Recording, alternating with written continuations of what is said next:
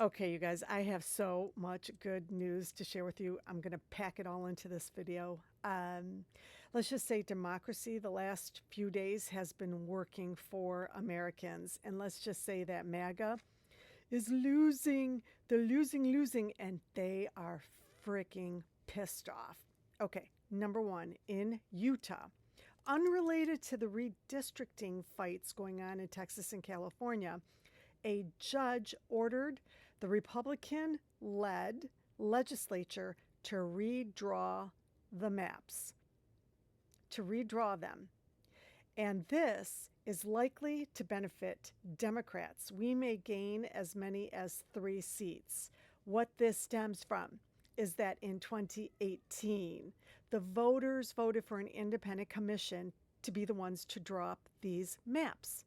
And in addition, they couldn't take politics into account, which is how it should be. They should be drawn up fairly. But the Republican led majority ignored this commission's maps time and time again. So it was taken to the courts, and Judge Gibson, who's a Republican appointee, said, "You better get your shit together. You've got 30 days to redraw them, or I will redraw them." So now Republicans are demanding that she be removed from the bench. They're calling her an activist judge, even though they were the ones, of course, cheating and going against the will of the voters, the scummy slime bag Republican Party. But they are so pissed off. That's good news, number one. And then our sandwich guy, what's his name? Sean Dunn, who threw a sandwich at a federal agent. A grand jury, which is, local citizens, gave the big F you to the Trump administration, their prosecutor, in terms of indicting him with a felony.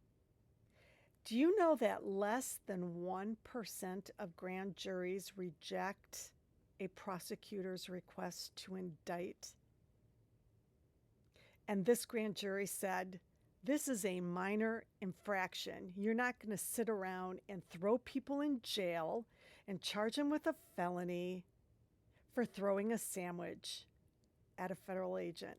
Did you know that Sean Dunn was a former Justice Department employee? I did not know that. But I'm not done. There was another grand jury that refused to indict a woman that the Trump administration, the DOJ, wanted indicted, thrown in jail, charged with felonies for physically trying to intervene from an FBI agent, wrongly arresting 2 citizens to take them into custody. This is the citizens fighting back against this administration, and they said the same thing. This does not rise to the level of a felony or throwing her in jail. This is a abuse and misuse of everyone's resources. Did I say less than 1% of grand juries ever say no to indicting somebody? MAGA is losing. Did you know there were a crap ton of grand juries in California? Every single one of them rejected the Department of Justice's request to arrest protesters. Every single one. The DOJ wanted them charged with felonies and arrested. You know, that whole intimidation thing? And time again, every single grand juror overwhelmingly said, "No, we're not indicting." Lots of losing.